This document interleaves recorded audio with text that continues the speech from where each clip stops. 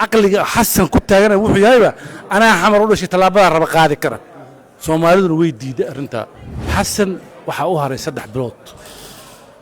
bilood ka bacdi doorasho laga rabaa muran badan iyo qayle lama rabo welcome ku golaha soo istaag hadii kan hore san u sheegaba wallahi waxa loo soo istaagayaa xawataako وهاجك داوديال waxaan ku sugannahay hoolka golaha wakiilada ee dawladda Jubbaland oo saaka dabcan ay ka socoto qaban weyn oo loogu talagalay furitaanka kalfadhiga labaad fadhigiisa koobaad oo la rajeynayo saacadaha soo socda in si rasmi ah halkan uga furmay isla markaana uu daafuro madaxweynaha dawladda Jubbaland mudane Axmed Sheekh Maxamed Islaam waxay la taagan xildhibaan wiil waamo oo dabcan si weyn uga dhex muuqda golaha wakiilada dawladda Jubbaland xilliyada doodaha adag ee jiraan xildhibaane شرف إنتنا ساق كل ما بل سودو مركور وما سنتها ولي صبرية الصومالي هذه بهذا تي في جبلان وارون ساكي ومالين مدلات وين ما أنتوا ومالين وين وحفر ما يكل فريق اللبات يقولها برلمان كدولة جبلان وحل السوق وحي تاي ومدحوينها وفرو كالفريق إن شاء الله بالله الكريم وحي سكتان وحي تاي برلمان كجبلان أو لفرو طبعا marka laga soo tago furitaanka fadhiga madaxweynaha khudbadu idin jeedin doona maxaa rajaynaysaa saak waa arrin dastuuri ah furitaanka baarlamaanka inuu furo madaxweynaha khudbadna uu ka jeediyo waa arrin dastuuri ah oo mataqaanaa dastuurka ku qoran waana arrin la sugaayay muddo marka maanta oo 14 bisha koowaad sanadka 2026 waxaa dib u furmi doona baarlamaanka dawladda Jubbaland kalfadhigiisa labaad وسوينا وحن سوينا دقيقة كبدي مدحوينها ويماذا وكالفريق فرا قدونك سيدا أركيسو برلمانات وحي دلي دبل جروا سوحرودين وحي قدها جوان واودا جوان كورم كو انتو نغندونا ما قال لكن ماجورتي حلوانات وايد جوان marka kalfadhiga sidaas ku furi doona hadii ilaahay yiraahdo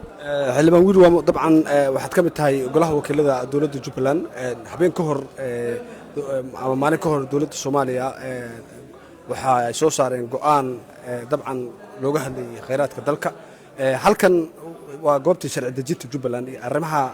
ku gaadaan dawladda Jubbaland go'aamada rasmiga ah idinka gaara bal arrintaas maxaa ka dhigay horta sabriyo Soomaaliya waa dal federaal ah way cid si gaar ah wax iyada u marwsan kartana male dawladda wixii u gaaran iyada u gaar yihiin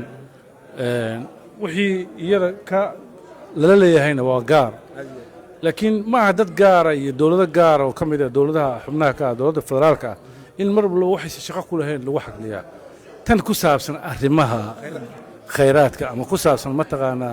imaaraadka madaxweynaha hadda joogo ninkii imaaraadka noo amaanay anuu imaaraad muddo ku noolaabaana ka shaqeynay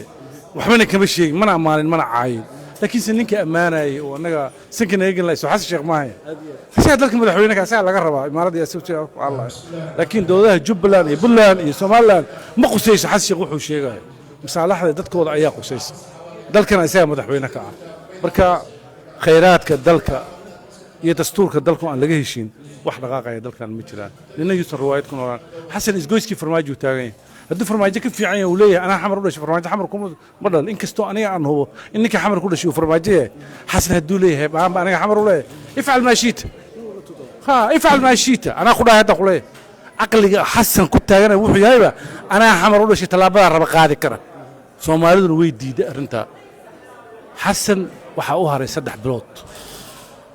bilood ka bacdi doorasho laga rabaa muran badan iyo qayle lama rabo welcome ku golaha soo istaag hadii kan hore san u sheegaba wallahi waxa loo soo istaagayaa xawataako